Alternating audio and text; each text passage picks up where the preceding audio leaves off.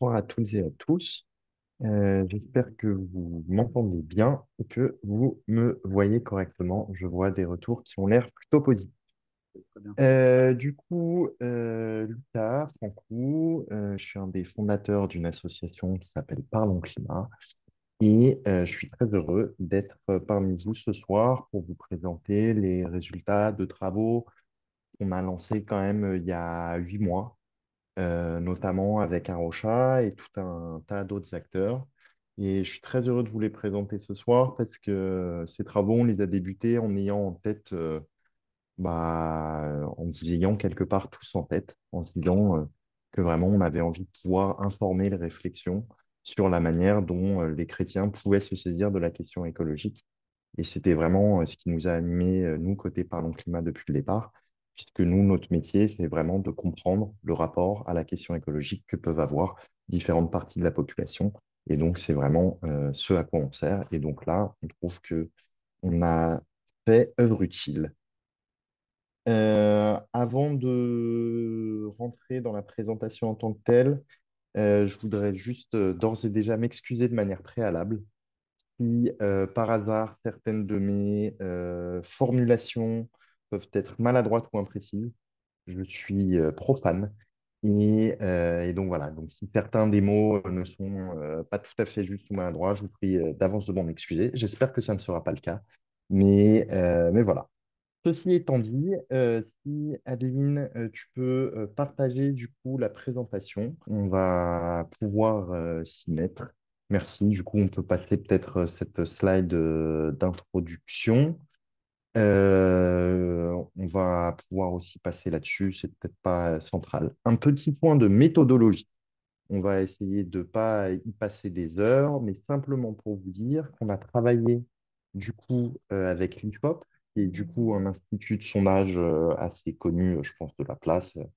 Je pense que vous en avez déjà entendu parler, qui a la particularité d'avoir des panels assez larges, donc en fait de pouvoir interroger pas mal de personnes différentes lorsqu'ils lancent des enquêtes, et ils ont une relative spécialité, notamment sur les enquêtes auprès des publics catholiques, un petit peu moins des publics protestants. On va y revenir parce que notre enquête est la plus grande enquête en fait à avoir été réalisée à date par un institut de sondage auprès des publics protestants.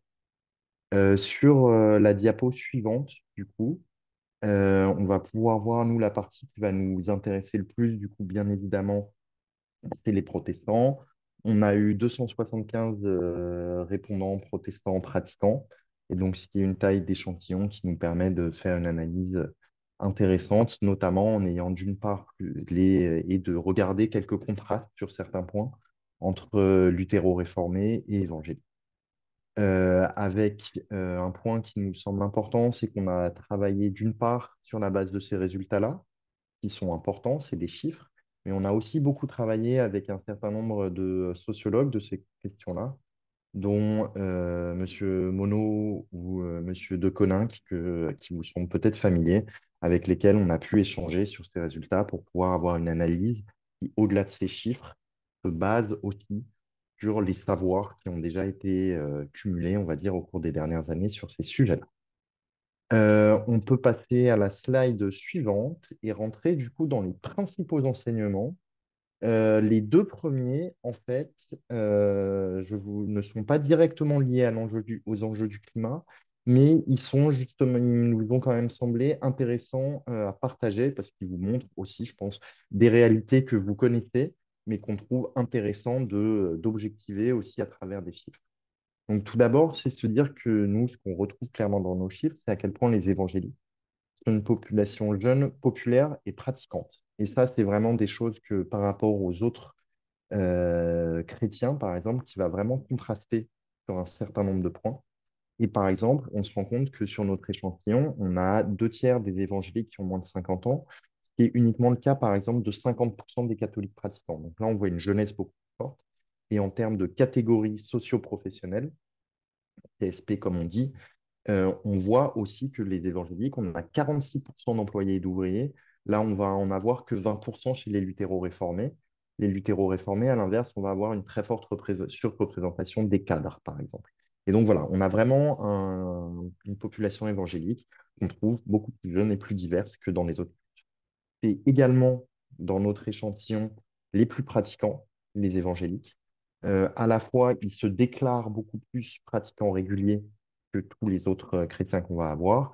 Et également, quand on regarde un petit peu les niveaux de pratique de manière un peu plus objective, donc le nombre de fois que les personnes déclarent aller au culte, prier, lire la Bible ou autre, on se rend compte là-dessus aussi que les populations, les évangéliques sont vraiment aujourd'hui les plus pratiquants de notre panel avec deux distinctions que j'ai mis en bas là, que je trouve intéressantes à vous partager.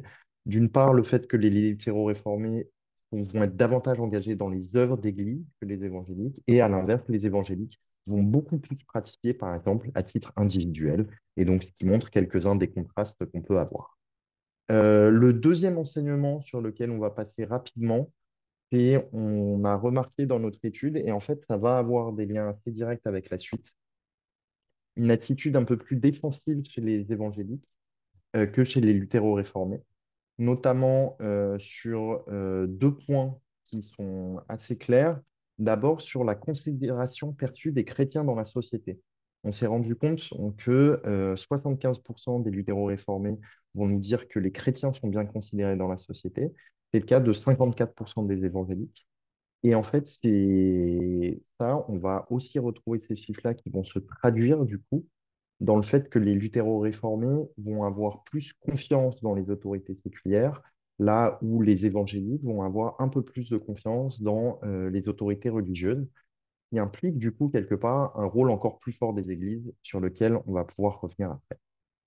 Troisième enseignement, et là on va rentrer dans le cœur de notre sujet d'aujourd'hui, qui nous a semblé important, c'est qu'on s'est rendu compte que le climat, c'est un sujet de conversation, en fait, d'abord, au quotidien, pour les évangéliques, et aussi sur lesquels ils se sentent, c'est un sujet sur lequel ils se sentent attendus. C'est un sujet de conversation quotidien, parce qu'on voit, on a seulement 7% de nos répondants qui disent qu'ils ne parlent jamais de climat et de changement climatique lorsqu'ils sont en famille. Donc, ils disent, on en a donc 93 disent en parler parfois ou régulièrement lorsqu'ils sont en famille. Et on n'en a que 30% qui disent ne jamais en parler au sein de leur église. Donc c'est pareil, il y en a dans l'autre sens, 70% pour lesquels c'est un sujet de conversation, soit de temps en temps, soit régulièrement dans leur église. Donc on voit vraiment que c'est un sujet de conversation, quelque part comme un autre. Et par ailleurs, on a aussi remarqué que nos répondants évangéliques, du coup, ont l'impression d'être attendus par leur entourage, que leur engagement autour de ce sujet-là est attendu par leur entourage, pour plus de la majorité de la moitié d'entre eux. Et c'est encore plus vrai auprès des évangéliques les plus pratiquants. Là, on monte à 61% des évangéliques les plus pratiquants. Donc, on a caractérisé sur, encore une fois, un certain nombre de points que je trouvais tout à l'heure, comme la fréquentation de l'Église, la lecture de la Bible, la prière personnelle, le fait de participer aussi potentiellement à des groupes de prière, etc. Donc vraiment, les évangéliques les plus pratiquants vont aussi encore plus nous dire qu'ils sont attendus par leur entourage, que leur engagement autour de ce sujet-là est attendu. Et donc là, on voit qu'à la fois, c'est un sujet de parole et un sujet d'attente, du coup, quand même assez fort pour les évangéliques que ce sujet du climat et de l'environnement. Ce qui nous emmène à notre enseignement suivant, qu'il y a une vraie conscience en fait de la crise environnementale. Il y a Jean-François qui en parlait un petit peu en introduction tout à l'heure. On a d'abord une majorité de nos répondants, d'ailleurs tout culte confondu, puisqu'on a aussi fait cette enquête auprès des catholiques par ailleurs, où on distingue moins là, les résultats catholiques ce soir parce que c'est moins notre enjeu. Mais on a 63% des évangéliques qui pensent que le changement climatique est principalement dû à l'activité humaine. C'est un petit peu supérieur d'ailleurs au pourcentage qu'on trouve chez les luthéro-réformés. Et c'est intéressant aussi de se rendre compte que ce pourcentage, il va monter à 71% pour les évangéliques qui assistent régulièrement au culte. Donc là aussi, on voit que quelque part, ceux qui fréquentent le plus assidûment le culte vont aussi être ceux qui ils pensent le plus que le changement climatique est d'origine humaine. Mais j'ai tout de suite voulu mettre à côté un autre chiffre qui me semble intéressant sur la prise de conscience de la crise environnementale. et c'est un sujet qu'on a déjà abordé avec Jean-François, on est à 80% des évangéliques pratiquants qui sont d'accord avec le fait qu'il faut changer nos modes de vie radicalement dès maintenant pour lutter contre la dégradation de l'environnement et le changement climatique. Et ce que je trouve intéressant, c'est de voir en fait que ce pourcentage-là est déjà largement supérieur à celui des personnes qui vont penser que le changement climatique est dû à l'activité humaine. Et donc, on voit que même des gens qui aujourd'hui vont se poser la question de, en fait, est-ce que c'est vraiment lié à l'activité humaine ou pas le changement climatique? Il y en a qui vont se dire qu'il faut quand même changer tout un tas de choses dans nos modes de vie, quelque part, peu importe d'où vient ce changement climatique. Et je trouve ça intéressant à souligner. Donc, au-delà de cette prise de conscience de la crise environnementale, on peut passer à l'enseignement suivant. On a une vision de l'environnement qui est très anthropocentrée, donc centrée en fait sur la place différente, spéciale et unique de l'être humain, qui est forte dans tout le monde protestant et d'ailleurs dans le monde catholique aussi en fait, mais qui est encore plus forte dans le monde luthéro-réformé. Euh, on a plusieurs indicateurs qui vont nous dire ça. On a d'abord un indicateur assez fort sur le fait qu'on a 72% des évangéliques qui vont nous dire que la nature est une ressource à disposition de l'être humain. Et donc, qui montre un rapport, du coup, encore une fois, avec une place très spécifique de l'être humain par rapport à la nature, et qu'on retrouve aussi dans ce chiffre qui est juste en dessous, avec 46% des évangéliques qui vont nous dire que le bien-être humain passe avant la nature, car l'être humain possède une dignité supérieure. C'est vraiment cette idée qu'il y a vraiment une différence importante, il y a une distinction importante, on va dire, entre l'être humain et la nature, et une dignité un peu différente, et d'ailleurs une forme de place unique dans la création de l'humain qu'on va retrouver en haut à droite, avec cette idée qu'on a quand même 48% des évangéliques qui nous disent qu'ils craignent en fait que l'écologie soit une nouvelle religion qui sacralise la nature et nie à l'être humain sa place dans la création. Donc, on voit que là, il y a des enjeux et qu'on retrouve encore une fois dans l'ensemble du monde chrétien, mais qui, du fait de la place unique et spécifique qui est donnée à l'homme, il y a un rapport aussi à la nature et à l'environnement qui est spécifique au monde chrétien et quelque part encore plus au monde d'ailleurs luthéro-réformé chez les protestants. Pour l'enseignement suivant, euh, on a eu un point qui est important, c'est que malgré ces tensions-là, on l'a dit, il y a des envies d'agir qui sont fortes, on les a aussi décrites au début, mais il y a un problème qu'on retrouve dans toute la société française d'ailleurs, qui est un sentiment d'efficacité qui est fragile. D'abord, le désir d'action élevé. On a 86% des évangéliques, c'est absolument énorme, et c'est 10 points de plus d'ailleurs que la population générale, qui dit qu'ils voudraient en faire plus face à la dégradation de l'environnement et du changement climatique. Donc vraiment une envie de s'activer, d'agir d'une manière ou d'une autre. Et encore une fois, on voit que ce chiffre-là de 86%, il est beaucoup plus haut que notre chiffre tout à l'heure de 63% des évangéliques qui attribuent le changement climatique à l'activité humaine. Donc là aussi, on voit une envie d'agir qui est extrêmement élevée.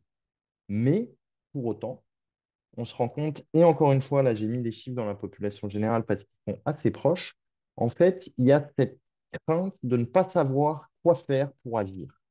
Et ça, c'est vraiment une crainte qu'on perçoit, c'est ce sentiment d'impuissance qu'on perçoit beaucoup dans la population française. Nous, on travaille aussi avec, moi, sur beaucoup d'autres parties de la population française, pas seulement les croyants. Et vraiment, cette tension entre une envie d'agir et en fait ne pas savoir exactement quoi faire, c'est vraiment quelque chose qui est assez commun, avec un enjeu qui est spécifique chez les populations, chez les évangéliques, dans la perception justement de ces enjeux-là, qui est qu'on a quasiment quand même 2 tiers de nos répondants évangéliques qui répondent positivement à la question Dieu est tout-puissant, il pourvoira et trouvera une solution face au changement climatique. Et donc ça, c'est un enjeu qui est, je sais pas qu'on peut qualifier peut-être d'ordre théologique, qui est un argument sur lequel on voit que là, il y a un enjeu aussi particulier euh, pour les évangéliques autour de ce sujet-là. Euh, pour l'enseignement suivant, on va passer sur des choses qui, à mon sens, sont extrêmement positives et sont des sources potentielles d'engagement très, très fortes, avec là les chiffres les plus hauts, en fait, qu'on a quasiment de toute notre enquête, sur à quel point les textes et les valeurs sont reconnus comme des leviers d'engagement sur la question du climat et de l'environnement. Puisque d'abord, on a la Bible qui est vraiment perçue comme une vraie source d'inspiration sur ces sujets.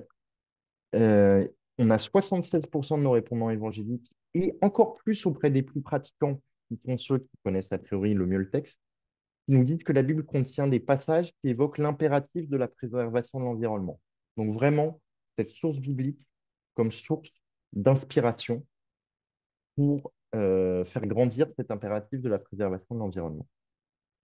Et ensuite, et on l'a aussi un peu évoqué en ouverture, il y a aussi cette idée de l'évidence du soin des générations futures. On a 80% des évangéliques qu'on a interrogés qui nous disent qu'en tant que chrétiens, nous sommes les gardiens de la création et devons faire le maximum pour en prendre soin pour nous et les générations futures. Et là, pareil, on voit que ça s'ancre vraiment, ce soin de l'environnement s'ancre vraiment dans certaines valeurs chrétiennes absolument essentielles. Et le dernier chiffre qui, moi, m'a semblé particulièrement important, et d'ailleurs, ça fera peut-être le lien avec certaines des choses que présentera le STEL plus tard, c'est on a quasiment 90%, donc 89% en l'occurrence, puisqu'on a le chiffre sous les yeux, de nos répondants évangéliques qui sont d'accord avec le fait que prendre soin de la terre, c'est aussi prendre soin de son prochain. Et là, on voit comme on peut connecter, encore une fois, des valeurs et des enjeux chrétien au sens large, avec cet enjeu spécifique, on va dire, de la préservation de l'environnement.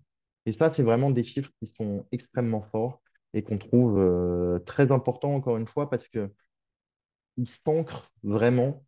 On voit comme cette préservation de l'environnement peut s'ancrer dans d'autres, des textes et des valeurs chrétiens qui sont en dehors de cet enjeu de l'environnement.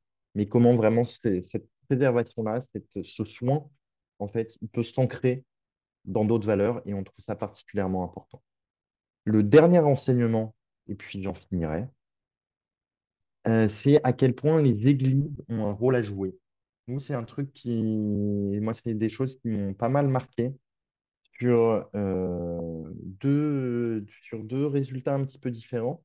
Un qui est juste plus une question de pratique. On voit que 62% des évangéliques, et notamment les plus pratiquants, et ça, je trouve ça toujours intéressant en fait, sur quasiment tous nos résultats, plus on va vers des personnes pratiquantes, plus il y a une attente de manière générale de l'Église sur ces sujets-là. Et donc, on a quasiment du coup les deux tiers des évangéliques qui nous disent que c'est le rôle de l'Église de parler d'environnement et de changement climatique.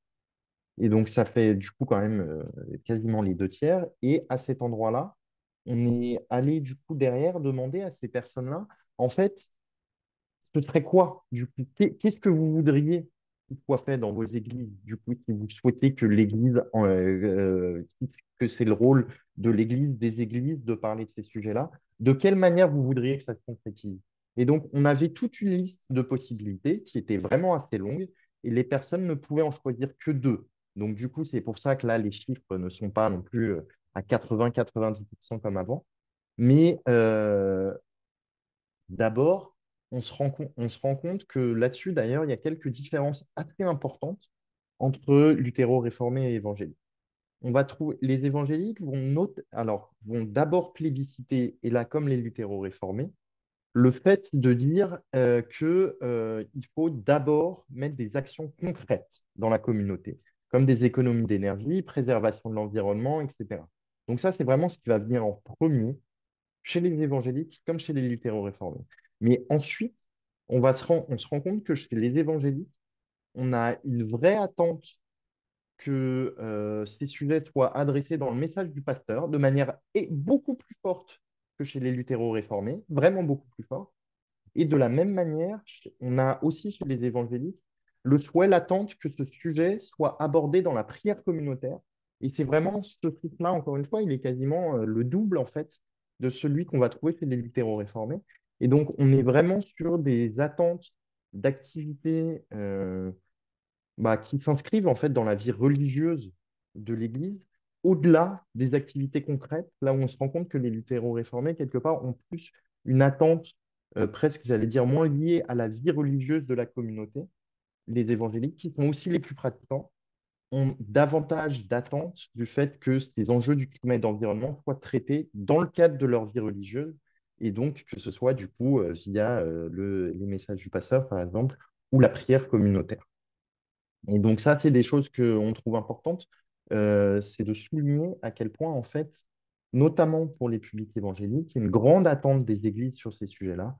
Et que bah, du coup, elles sont attendues sur un sujet sur lequel les évangéliques ont envie d'agir et ou sur lesquels ils sont en demande aussi de pistes d'actions concrètes qu'ils pourraient mettre en place, je pense, à la fois dans leur vie de croyant et dans leur vie quotidienne de manière un petit peu plus générale. Je crois que c'était mon dernier enseignement que je vais essayer de faire court. Ben voilà, il me reste à vous remercier et j'espère que Et j'ai pas Lucas. trop grillé mon temps. Non, tu as parfaitement tenu le temps. Merci beaucoup, Lucas, pour cette présentation extrêmement claire. Et je tiens aussi à dire que parmi les buts de l'étude, de cette étude, figure aussi justement l'ambition de vouloir arriver à mieux communiquer auprès du public chrétien, en particulier auprès des évangéliques, euh, cette question des enjeux écologiques. Et donc, Parlons Climat, qui est spécialisé dans la communication du changement climatique, est en train de travailler à des ressources. En fait, même aujourd'hui, une ressource a été publiée par Parlons Climat, ou c'était hier, Lucas, je crois. En tout cas, pour vraiment donner des pistes de communication pour mieux arriver à toucher un public qui peut-être spontanément n'a pas, comme beaucoup d'autres Français, ne fait pas forcément le lien entre sa foi, entre ces enjeux écologiques qui sont aujourd'hui très représentants dans les médias. Et pour ceux que ça intéresse d'en savoir un petit peu plus, Lucas ou quelqu'un d'autre de Parlons Climat viendront faire une présentation plus détaillée dans un webinaire d'Arocha qui aura lieu au mois de novembre, qui viendra justement présenter ces outils de communication, puisque, encore une fois, l'enjeu de ce sondage, c'est, au-delà des chiffres qui sont très intéressants en soi, d'aller vers davantage d'engagement, en particulier du public évangélique, sur ces questions d'enjeux écologiques. Voilà, alors si ça vous intéresse d'en savoir plus sur comment vous inscrire pour les webinaires d'Arocha France, on vous mettra un lien dans le chat. Et je vais passer tout de suite la parole à la présidente d'Arocha France, Rachel Calvert, pour un développement biblique. Et à la suite de la présentation de Rachel, vous aurez la possibilité de poser des questions. Vous avez déjà la possibilité de le faire dans le questions et réponses qui se trouve en bas de votre écran, légèrement vers la gauche. Je cède la parole à Rachel. Merci Rachel et merci encore Lucas. Merci Jean-François, merci Lucas. Mon impression est que quand nous cherchons un éclairage biblique sur les enjeux écologiques, très souvent on file tout droit vers Genèse chapitre 1 et 2. Et on a quelques minutes pour parler Bible et théologie ce soir. On pourrait très bien passer ce temps à essayer de creuser cette question que Lucas a évoquée de la place unique et spécifique de l'être humain dans la vision biblique du monde. On pourrait aussi s'émerveiller devant la parole créatrice de Dieu dans Genèse. Essayer de creuser qu'est-ce que ça veut dire vraiment quand Dieu donne ce commandement aux êtres humains de dominer sur les autres créatures, de remplir la terre, de la soumettre. Puis on pourrait continuer vers Genèse chapitre 2, où il est question de cultiver et de garder la terre. Euh, L'homme et la femme créés à l'image de Dieu. Donc, euh, cette attente qu'ils vont exercer leurs responsabilités, non pas comme des petits tyrans, mais avec un vrai désir de refléter le caractère du Dieu créateur qui est juste, généreux et plein d'amour.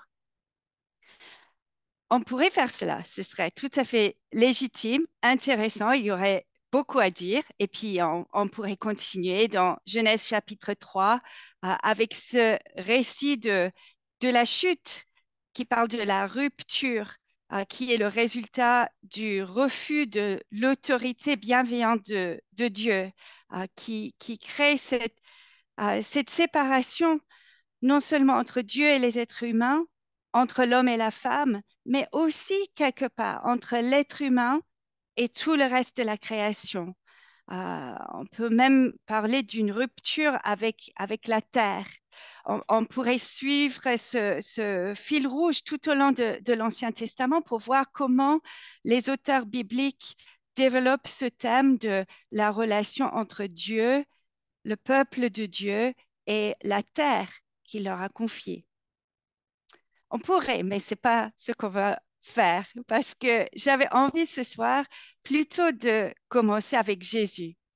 Jésus qui est quand même le centre de la foi chrétienne. Et je vous propose de lire quelques versets de l'apôtre Paul dans sa lettre aux Colossiens, un des grands passages christologiques du Nouveau Testament. Je lis de Colossiens chapitre 1 à partir du verset 15. Le Fils est l'image du Dieu invisible, le premier-né de toute la création. En effet, c'est en lui que tout a été créé, dans le ciel et sur la terre, le visible et l'invisible, trône, souveraineté, domination, autorité. Tout a été créé par lui et pour lui. Il existe avant toute chose et tout subsiste en lui. Il est la tête du corps, qu'est l'Église. Il est le commencement, le premier-né d'entre les morts, afin d'être en tout le premier. En effet, Dieu a voulu que toute sa plénitude habite en lui. Il a voulu, par Christ, tout réconcilier avec lui-même, aussi bien ce qui est sur la terre que ce qui est dans le ciel, en faisant la paix à travers lui, par son sang versé sur la croix. Et il y a deux choses en particulier dans ce passage qui semblent vraiment éclairer notre posture ou la posture qu'on peut prendre en tant que chrétien devant la crise écologique et la crise climatique. La première chose ressort très fortement de les versets 15 à 16. C'est le fait que Jésus est le Seigneur de la création. Tout a été créé par lui et pour lui. Cette terre, cet univers appartient à Dieu et Jésus en est le Seigneur.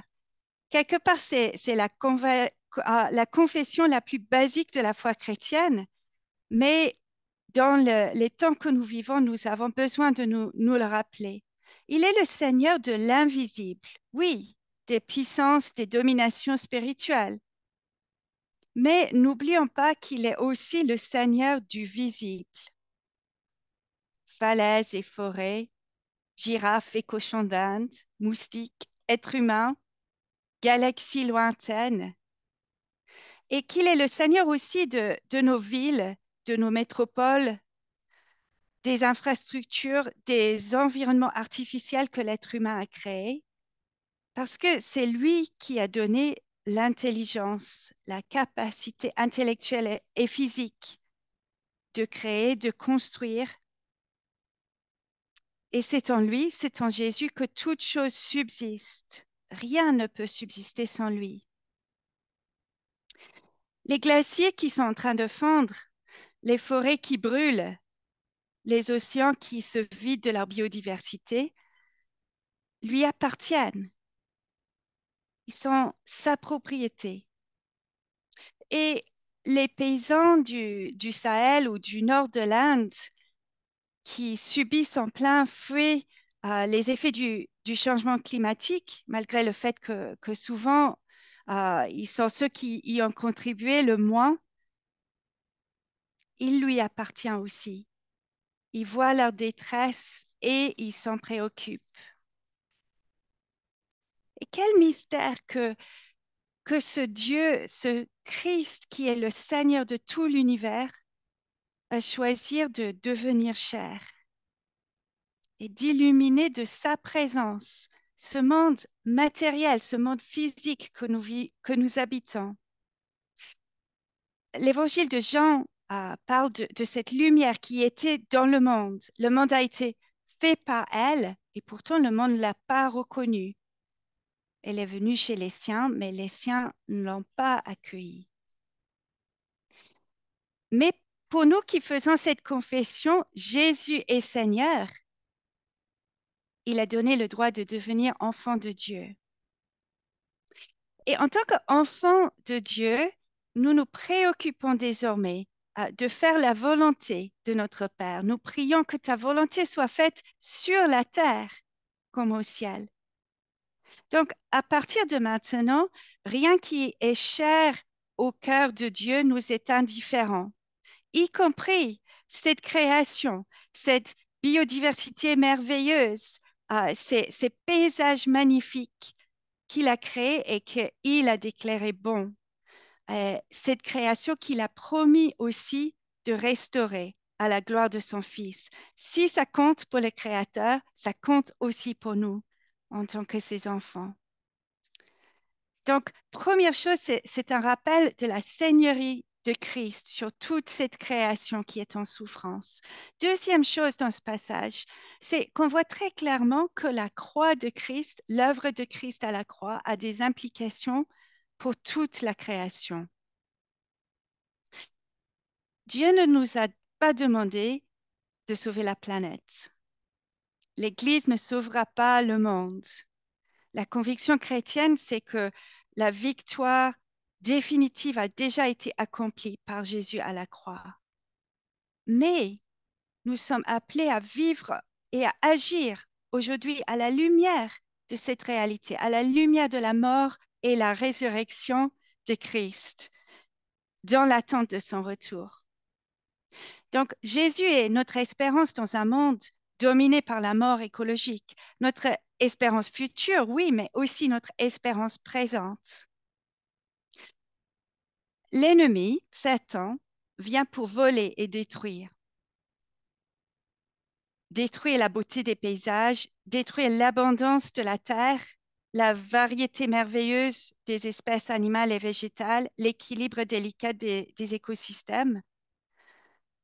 Et tout ce qui rend gloire au Créateur, tout ce qui rend gloire au Seigneur Jésus est le cible de ses attaques, y compris à travers nous. Mais ce passage de l'apôtre Paul déclare que Jésus est le premier-né d'entre les morts et que lui, il vient pour réconcilier, pour restaurer, pour guérir, pour donner la vie. Dieu aurait pu regarder cette création tout abîmée et dire, ben, tant pis. Cette fois, ces êtres humains, ils sont vraiment allés trop loin. Ils ont tout abîmé, ils ont tout pollué, ils ont carrément fait dégringoler le climat. Mais bon, c'est pas trop grave. Je vais simplement tout mettre à la poubelle et recommencer. Après tout, ce qui compte, c'est le spirituel. C'est ce que les âmes soient sauvées. Il aurait pu, mais selon l'apôtre Paul, c'est pas ce qu'il a fait. Dieu a voulu par Christ tout réconcilier avec lui-même, réparer cette rupture, aussi bien ce qui est sur la terre que ce qui est dans le ciel. Donc, oui, la Bible nous enseigne que Dieu va intervenir pour juger la terre, pour détruire le mal. Elle nous enseigne aussi que la création désire, attend avec un ardent désir, la révélation des fils de Dieu et qu'elle a l'espérance aussi d'être libérée de l'esclavage, de la corruption, pour prendre part à la glorieuse liberté des enfants de Dieu. Et la question, c'est comment donc devrions-nous vivre dans ce monde en crise écologique et climatique en 2023? Comment devrions-nous vivre? je vous propose, avant de terminer, juste une autre courte lecture. On reste avec l'apôtre Paul, c'est la lettre à Tite, chapitre 2, à partir de verset 11. En effet, la grâce de Dieu, source de salut pour tous les hommes, a été révélée.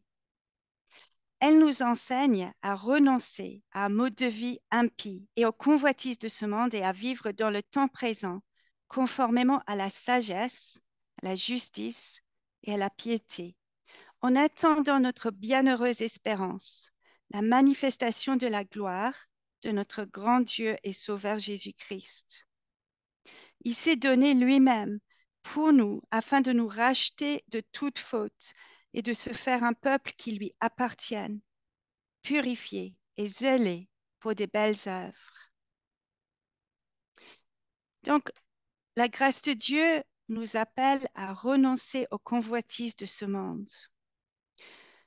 Peut-être en 2023, ça veut dire être prêt à limiter sa consommation, y compris sa consommation d'énergie fossile, par amour pour son prochain, par souci de justice, par élan de générosité. Lucas nous a dit que 64% des évangéliques disaient que Dieu est tout-puissant et il trouvera une solution au changement climatique. Mais est-ce que ça veut dire que Dieu se satisfait qu'on reste les bras croisés ou est-ce qu'il nous demande, en attendant, de vivre en cohérence avec l'espérance que nous proclamons, d'être dans notre génération des signes de la résurrection de Christ? La grâce nous enseigne aussi de vivre conformément à la sagesse. Cette sagesse qui, dans la pensée biblique, n'est pas simplement la connaissance, mais est la reconnaissance de notre place de créature, la crainte de l'Éternel qui est le début de la sagesse. Reconnaître que ce monde appartient à Dieu, qu'il a été créé pour sa gloire, intégrer la vision biblique de l'être humain euh, et ce qui nous permettrait d'utiliser la science et la technologie avec sagesse. La grâce qui nous appelle aussi à vivre conformément à la justice, à la piété, zélés pour les belles œuvres. Et en tant que chrétiens, nous sommes appelés à refléter la préoccupation de notre Père avec ce qui est juste, ce qui est droit. Et ce n'est pas juste que la consommation d'énergie fossile par les plus riches mette en péril la subsistance des plus pauvres.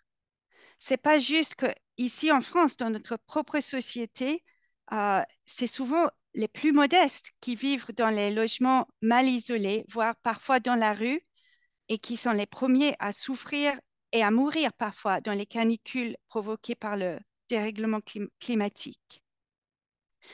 Donc, mes amis, je vous propose que dans le moment historique que nous vivons, être zélé pour de belles œuvres inclut l'action pour le climat, motivée par l'amour de Dieu et l'amour du prochain.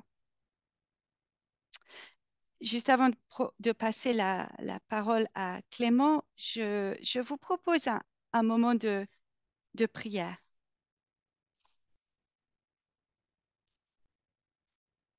Jésus nous a dit qu'il est la vérité, le chemin et la vie. Seigneur Jésus, toi qui es la vérité, fais de nous un peuple capable de regarder la réalité en face et de puiser notre courage en toi face à la crise climatique et écologique. Tu es la vie. S'il te plaît, fais de nous un peuple qui cultive la vie, qui prenne soin de ta création et qui refuse d'être complice d'une culture de gaspillage insensé et de mort. Tu es le chemin, que tu puisses guider nos pas, nous aider à marcher de manière intègre devant toi dans les temps que tu nous as donné de vivre. Amen. À toi, Clément. Bonjour à tous, rebonjour. J'ai la charge de répondre à la question, suite à l'intervention de Rachel, de quel est l'enjeu pour les églises ou les enjeux pour les églises et les œuvres protestantes évangéliques? En fait, je vais être assez rapide. J'ai d'abord envisagé des enjeux spirituels sur lesquels je vais passer rapidement, puis ensuite des enjeux plus précisément pour les églises. Il me semble qu'au niveau des enjeux spirituels, on a un enjeu d'obéissance, on l'a vu, nous voulons obéir et faire la volonté de Dieu, que ta volonté soit faite sur la terre comme elle l'est au ciel, et aussi un enjeu de témoignage, puisqu'en étant obéissants à Dieu, nous prenons soin de la terre, nous prenons soin de la création, et nous témoignons de ça devant nos contemporains. Un deuxième enjeu, c'est un enjeu d'avertissement et aussi d'appel à la persévérance.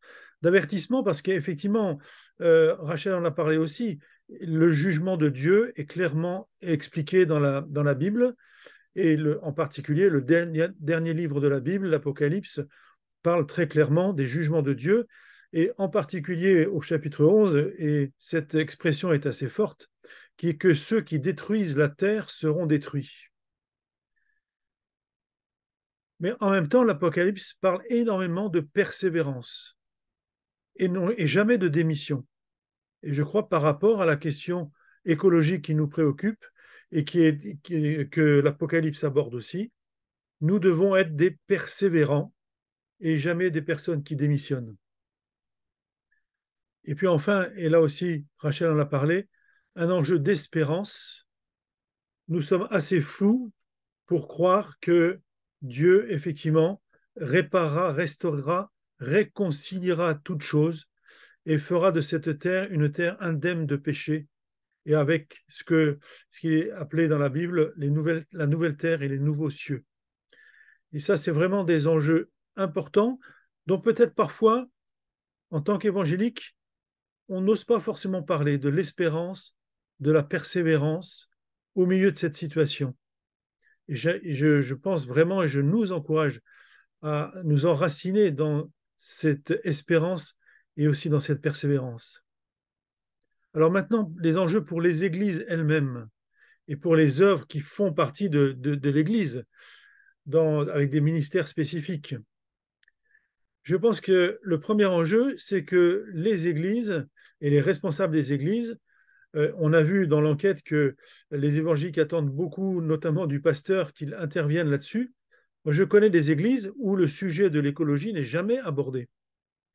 Tous les membres de l'église en entendent parler tous les jours quasiment lors des informations sous quelque forme que ce soit, mais jamais l'église n'aborde le sujet. Et je pense que refuser de creuser ce sujet alors qu'il s'agit de la création du Dieu que nous aimons, c'est quelque part faire offense à Dieu. Il y a un enjeu d'un discours construit et enraciné théologiquement sur le sujet de l'écologie, de la création et de la sauvegarde de la création. Un deuxième enjeu, c'est celui d'aimer, et d'aimer nos contemporains, et particulièrement les jeunes générations. Les jeunes générations déjà de nos églises.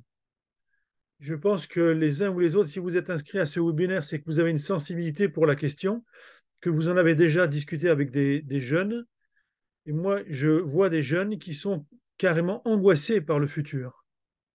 Des jeunes qui se posent la question de s'ils vont eux-mêmes finir leur vie sur cette terre, voire qui se la posent encore plus pour les enfants qui peut-être ils auront, s'ils décident d'en avoir, parce que c'est franchement dangereux. Et effectivement, j'espère on ne voit pas vos âges à l'écran, mais j'espère qu'il y a des jeunes ici qui nous écoutent et qui aussi seront encouragés parce qu'il me semble que c'est extrêmement important que nous allions au niveau des responsables d'église et vers les jeunes et que les jeunes viennent vers nous et que ça puisse être vraiment une dynamique commune. Mais je pense aussi pour les jeunes hors de nos églises, pour leur faire comprendre que la vision chrétienne du monde a un avenir et que le Christ est venu pour ôter le péché. l'importance d'aimer les jeunes générations, ne pas parler de sujets, ne pas parler avec eux de ce sujet, c'est ne pas les aimer. Et puis le dernier enjeu, c'est l'enjeu d'agir de manière missionnelle, c'est-à-dire d'agir dans toutes les sphères de la société dans lesquelles nous vivons, d'être missionnel, c'est-à-dire d'être des témoins du Christ, d'abord par notre attitude et éventuellement par nos paroles. Et que si, là où nous vivons, nous voulons agir dans le domaine de l'écologie, il faut le faire. Il faut que les églises encouragent, et particulièrement les jeunes, mais aussi les autres, qui sont tout autant concernés, encouragent à s'impliquer sur cette question-là au milieu de la société, nous montrer que les chrétiens ne sont pas dans un bocal, mais au contraire au milieu de la société, mais fiers de la foi qu'ils ont et de l'espérance qu'ils ont, parce qu'ils ont confiance en Dieu qui a ressuscité Jésus-Christ. Et donc, je pense important que non seulement des personnes s'engagent dans cette dynamique, mais que les églises où sont ces personnes les soutiennent, que l'Église, quand elle est rassemblée, prie pour ces gens, les encourage, les envoie, comme, comme on envoie d'autres personnes dans le travail social, dans le travail artistique, chacun dans sa sphère d'influence. Mais que l'Église soit là pour les soutenir, les envoyer, et que quand l'Église est dispersée, chacun va à sa mission, et que quand l'Église est rassemblée, ce soit un moment d'encouragement et pour être fortifié dans la mission que Dieu nous a donnée. Je vois vraiment un rôle extrêmement important de l'Église là-dessus, pour que vraiment ce soit fait dans une communion d'esprit saint, et que nous soyons vraiment sel et lumière au milieu de notre société. Voilà les 3 enjeux principaux que je vois pour les églises. Certainement, il y aurait d'autres choses à discerner, mais le temps imparti m'a fait choisir ces 3-là. Voilà. Merci beaucoup Clément et Rachel pour voilà, ces messages. Voilà, je suis particulièrement touché évidemment par le tien, Clément, en tant que responsable du CNEF. C'est un très grand encouragement de voir aussi tout l'engagement que le CNEF met derrière les enjeux d'écologie.